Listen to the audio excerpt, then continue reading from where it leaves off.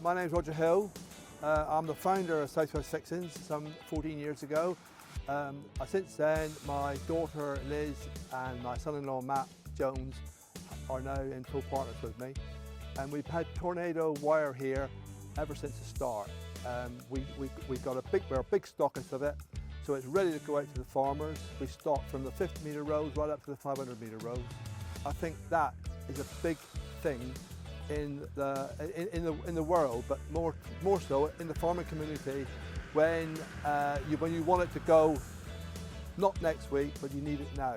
And I'll be honest with you, we have tried others, but because of the contractors, the farmers come back to us and say that the Tornado is the best on the market for easy laying, lastability. So it's a no-brainer just to keep stocking the one brand.